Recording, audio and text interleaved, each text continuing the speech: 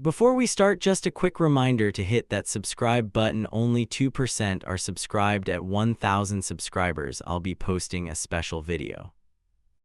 I caught his thumb over the clinic reminder and watched it vanish. "Undo it," I said, breath tight and steady. He locked the screen and slipped the phone behind his back. I felt the room shrink around us, then my voice rose. "I'm Mara, 32, and I know this fight by shape."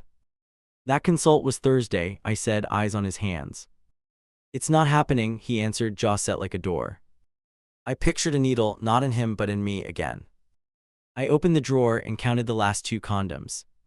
He looked at them and shook his head once. "Those kill everything," he muttered, eyes on the floor.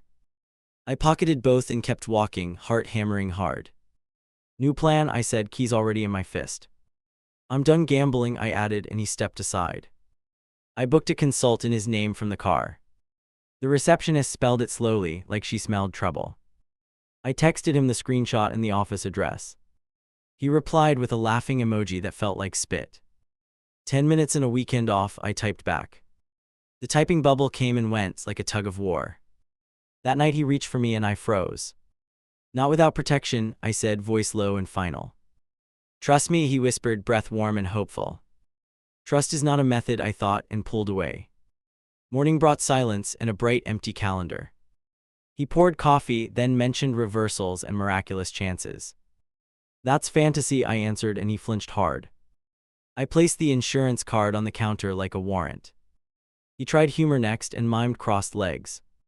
I stared until his smile died in the air. "This ends now," I said, calm and dangerous. His grip tightened on the mug, then loosened with a click. I bought emergency contraception and set it on the table. He pushed it aside with one finger and a sigh. "You can't keep doing this," he said like a warning. I looked at the pill and heard a clock start. I hid the condoms in my jacket and slept light.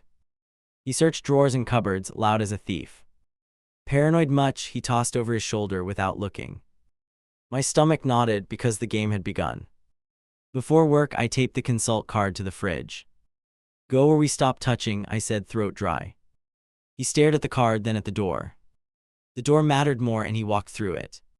I dropped the pharmacy bag into his open hand. It slipped through his fingers and hit the floor. "Pick it up," I said, voice flat and ready. He nudged it aside with his foot and watched me. I unlocked my phone and opened our shared calendar. "Block Friday evening," I said, tapping the screen twice. "For what?" he asked, arms crossed and rigid. "For a real conversation with consequences," I answered and waited. He grabbed his keys and aimed for the door.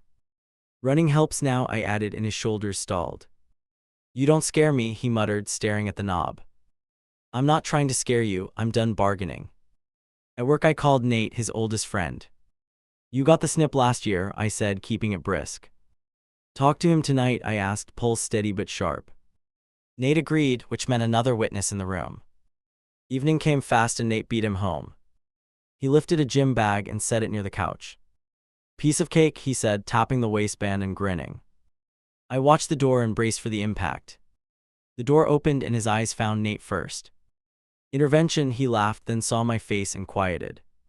Nate kept it short and honest and practical. He listened without nodding, which told me everything. "Your body, your call," Nate finished, hands open. "My body, my call," I echoed, gaze locked on him. He looked between us like counting exits in a fire. Nate left with a tight hug and a warning glance. He reached for me in the kitchen, quick and familiar. I stepped back and raised my palm like a stop sign. "No coverage, no touch," I said, leaving space between us. His mouth set and he turned toward the sink. I placed 2 sealed packets on the counter. He flicked one into the trash with a lazy wrist. The second followed after a beat and a smirk. I didn't flinch, and that startled him. I opened the safe app and moved half our cushion. He saw the screen and went pale, then angry. "Insurance against promises," I said, tipping the phone away. "Stealing from us," he hissed, and the word hung. I booked a telehealth slot and angled the camera. The physician outlined my risks in plain, clipped language. I kept my face neutral and listened line by line. He walked past, hearing enough to taste the stakes. "Postpone intimacy completely," the physician advised, voice cool. "Already implemented," I answered, eyes on the hallway. I ended the call and felt the room press inward. He lingered in the doorway, something like panic flickering. That night a reminder beeped twice and then died. I checked the case and found the pack missing. Looking for something, he called from the bedroom, too casual. I locked the bathroom and sat on the tub edge. I messaged my sister with 3 words. She replied with a spare couch and a spare key. I stared at the door and didn't move yet. Leaving early felt smart and also final. He slid a photo under the bathroom door, silent. A screenshot of an appointment held up by his hand. No clinic name, only a date and a vague time. Proof, the text read thin as tissue. I opened the door and held out my palm. Call right now, I said, no tremor, no smile. He dialed speaker and waded through a menu maze. A human answered and he froze. Name and date of birth, the receptionist asked, bored. He gave both and stared at the tile. Nothing scheduled, she added, fingers clacking faintly. He hung up fast and wouldn't meet my eyes. I walked to the bedroom and started a small bag. He watched from the doorway and finally whispered, sorry. Sorry doesn't prevent outcomes, I said, folding slowly. He took a step closer, then stopped like hitting glass. My phone buzzed with a calendar invite from HR. Mandatory health briefing tomorrow, including reproductive policies and leave. I accepted and felt a plan forming under pressure. He noticed the shift and looked suddenly unsure. Here's the new boundary, I said, breathing like a metronome. Urology by Friday, proof in my inbox. Or what, he asked, voice lower than before. Or I file for legal separation Monday morning. We stood there measuring the distance between threats and choices. His jaw worked and then relaxed and then worked again. Friday, he repeated like testing a foreign word. I nodded once because the countdown had started. My phone buzzed before dawn with an unknown number. Calling to confirm cancellation for Friday, a woman announced. Who canceled? I asked, already pacing the hallway. Your partner, she answered, and something cold locked in. I hung up and dialed him without thinking. Why did you cancel? I asked, voice low and sharp. I didn't agree to any of this, came through tight teeth. You agreed when you moved in with me, I answered, and silence bit. I drove to the clinic on my lunch break. At the desk I slid over his details without blinking. Put the slot back, I said, breath measured like steps. They restored it and printed a confirmation while I watched. On the way out, I filmed the entrance sign. I read the date and time out loud. I sent the clip to him and to myself. 3 dots flashed in our chat, then died. At home, I changed the Wi-Fi password and waited. He walked in and his phone went dead instantly. House rules, I said, tapping the router with one knuckle. You're escalating, he muttered, but his eyes gave away fear. We ate in tense quiet until he pushed the plate back. I'm not broken, he said, hand flat on the table. No one called you broken, I answered, keeping my shoulders square. Then stop trying to fix me, he shot back and heat rose. I opened an email draft to our mediator. Subject line ready, bullet points clipped in concrete. He saw the screen and reached for my wrist. I pulled away and hit save as a dare. My sister texted that the couch was waiting tonight. I typed maybe and stared at the hallway again. Leaving would be simple, returning would be impossible. I tucked my key into my pocket and kept deciding. A voicemail arrived from an unknown voicemail extension. I put it on speaker and let it play. A man described reversible options with long soft words. My stomach dropped because his father's voice loves long soft words. The front door opened before the recording ended. His father appeared with a practiced smile and gentle tone. Let's talk like grown men and women, he began. I stood and blocked the corridor with my body. We're not 2 men in this problem, I said. He blinked, then looked straight past me toward his son. Come sit, the older man urged, palms open and soothing. I stayed standing because sitting would concede the ground. I won't risk your health for my pride, the father offered. It sounded nice until you noticed the word my. I watched my partner's face chase that little escape hatch. Your pride, I repeated, and his jaw tightened just enough. The older man tried a story about a neighbor's scare. I stopped him with a raised hand and a short breath. This is not a folktale, I said, inches from leaving. Friday stands, I added, and the older man finally swallowed. He walked the father to the door without meeting me. They whispered in the entryway like teammates plotting overtime. The door shut and he leaned there too long. I counted 10 because 10 kept my hands steady. I opened our banking app and moved the final portion. He watched the transfer bar complete with a mute exhale. "You're making it hard to stay," he warned, shoulders rigid. "You already made it hard to stay," I answered, not blinking. He shoved his hands into his pockets and came closer. "Give me a week," he asked, eyes darting and pleading. "You've had years of weeks," I said, clear and even. His mouth closed, then opened, then closed again with nothing. "My manager pinged me about tomorrow's health briefing." I replied that attendance was confirmed and necessary. He read over my shoulder and finally went quiet. Somewhere in him, a clock clicked to a louder setting.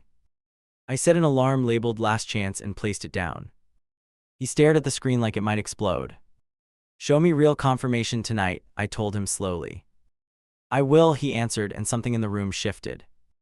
Minutes later, an email forwarded into our inbox together. Subject line showed a booking with a specific surgeon. I clicked the sender and checked the hospital domain.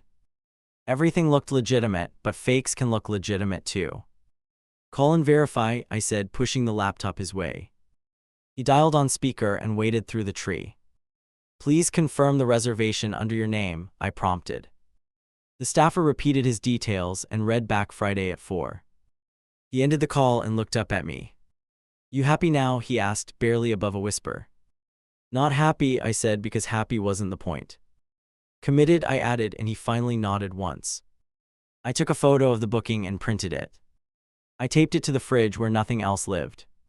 He watched the paper go up like a flag. Flags can mark peace or battle, and both felt near.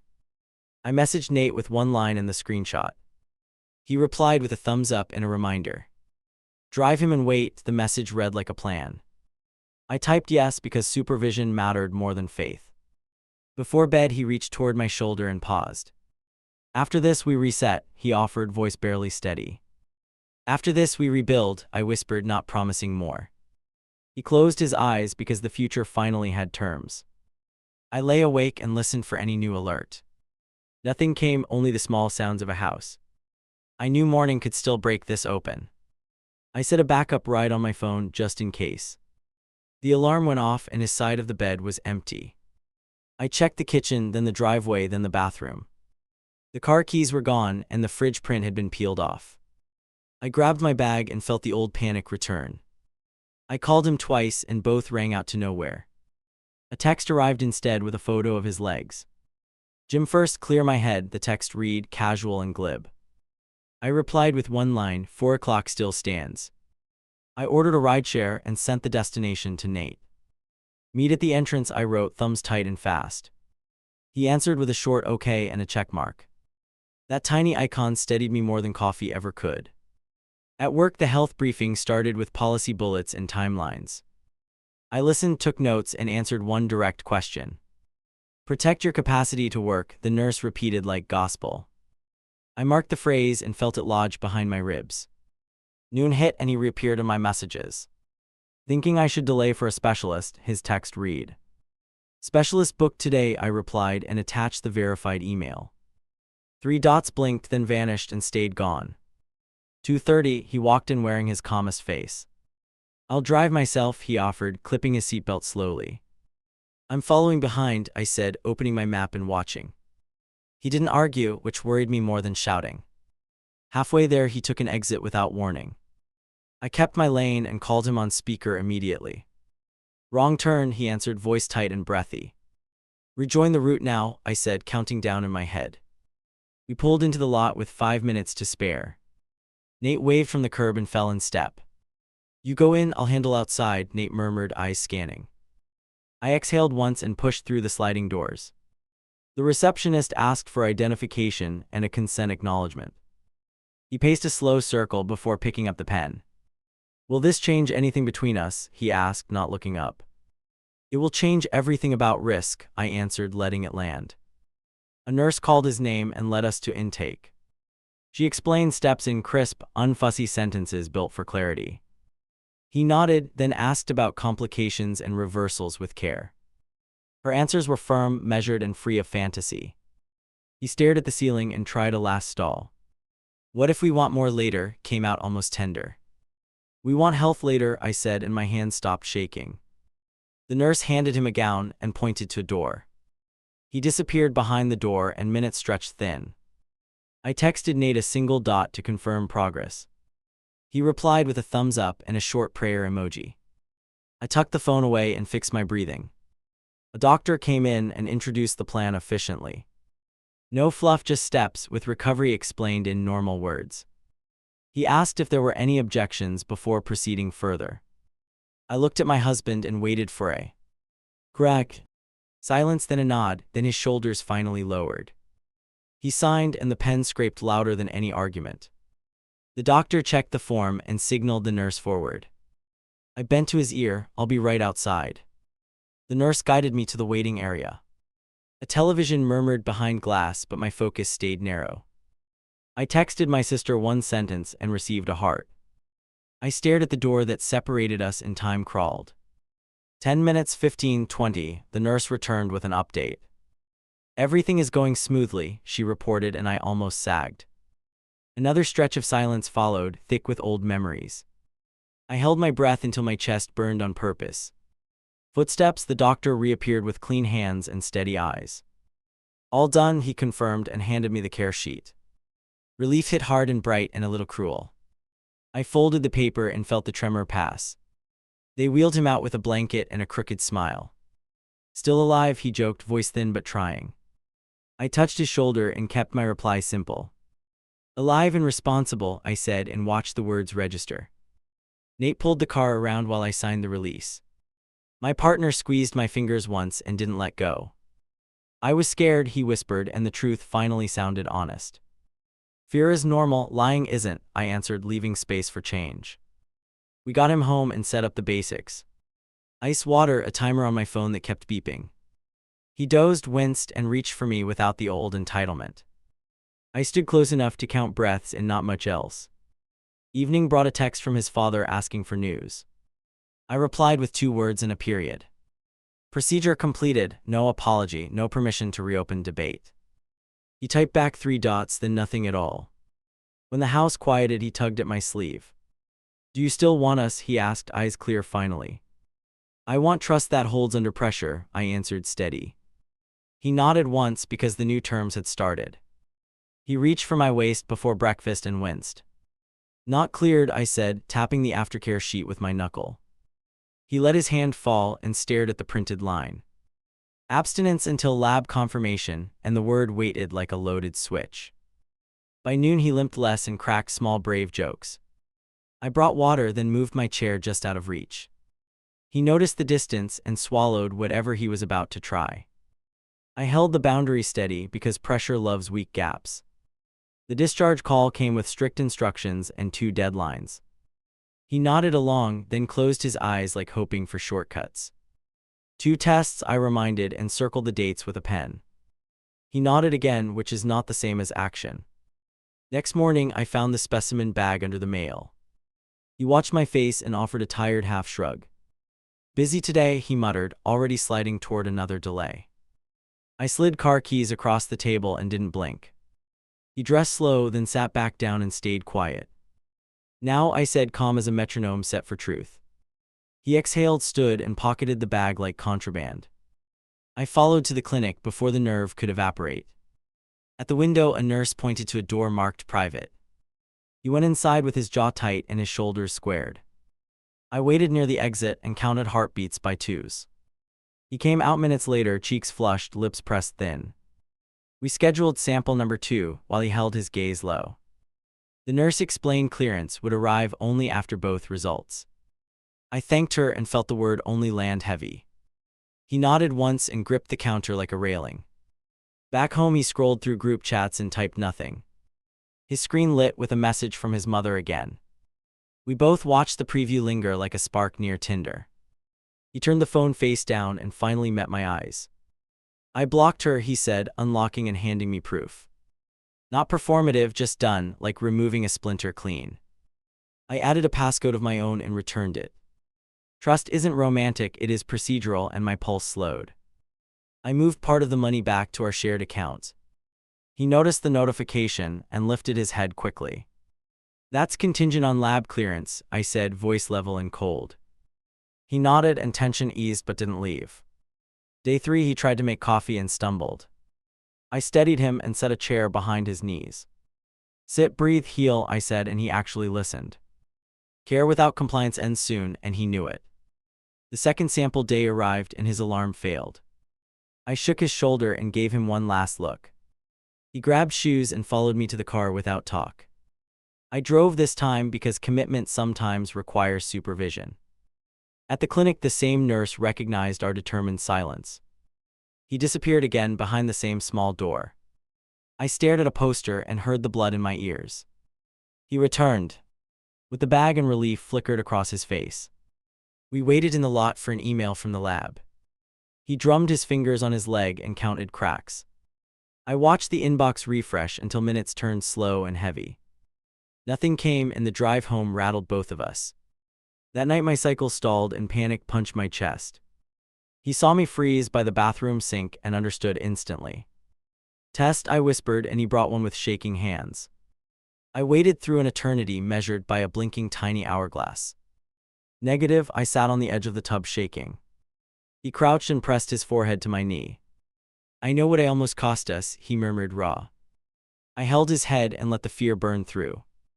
Morning delivered 2 emails stacked on top of each other. First said insufficient clearance, repeat after more days. Second said few non-modal present, continue precautions until confirmed. He read both and closed his eyes like the floor shifted. We keep the rules, I said, pointing to the sentences.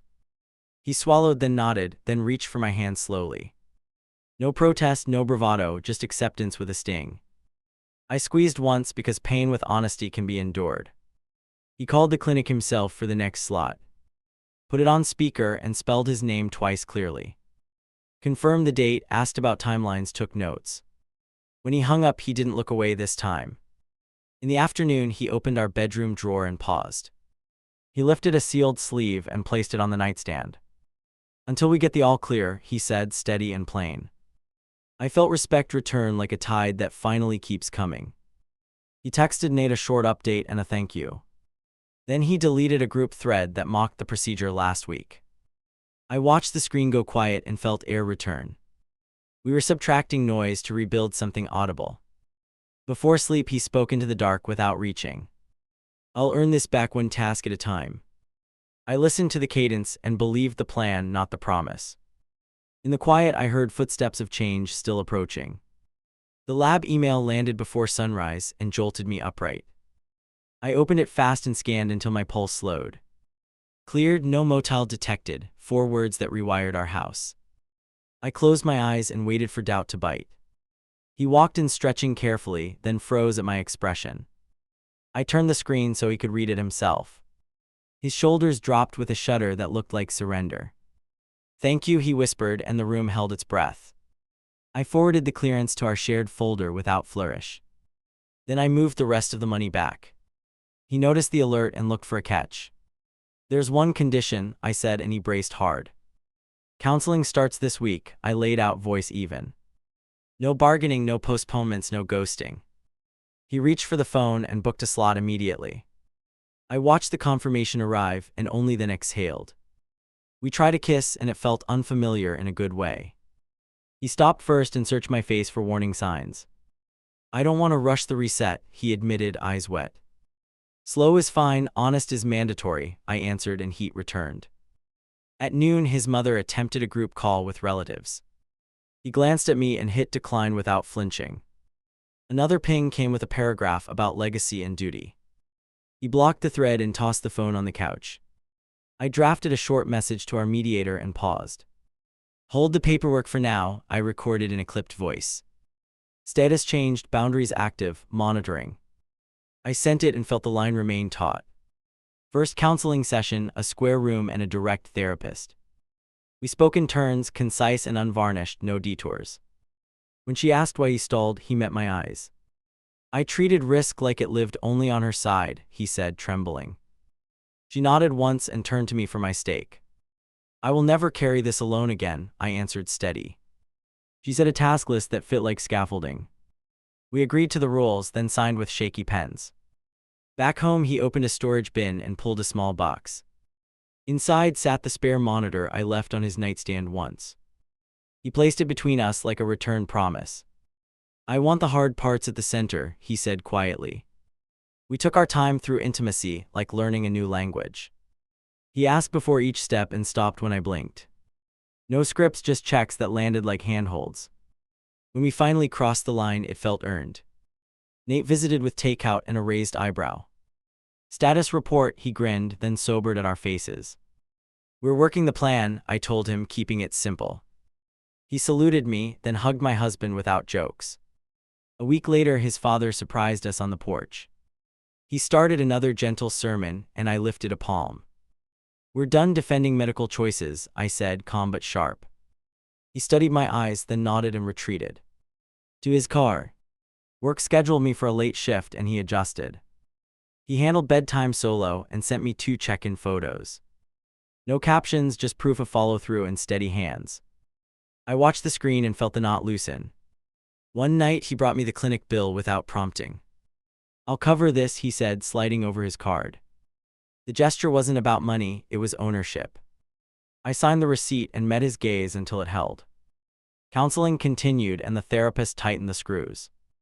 We mapped every slippery excuse he'd used before. Each one got a countermeasure pinned to the calendar. By the end, his toolbox looked heavier than his fear. My period arrived on schedule, and we both laughed.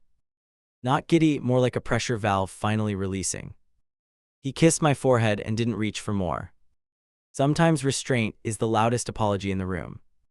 We celebrated with small things that signaled big shifts. He cooked simple food and actually followed the aftercare sheet.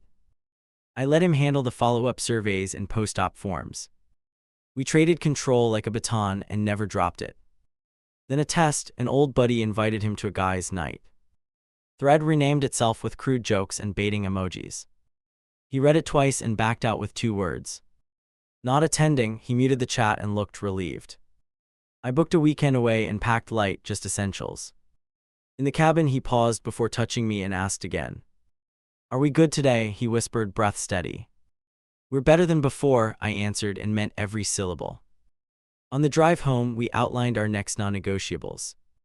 Annual checkups, financial transparency, immediate naming of any fear. He repeated them like vows, not like chores. I wrote them down and stuck them on our calendar. That night, he placed a small envelope on my pillow. Inside was the clinic's final letter on official paper. He had framed it not as a trophy but a lesson. We set it in the drawer where warnings live close. We lay awake and listened to the house breathe. He traced the edge of my hand and stopped before habit. "I won't break this again," he murmured into the quiet. "Then keep proving it," I replied and left the light on.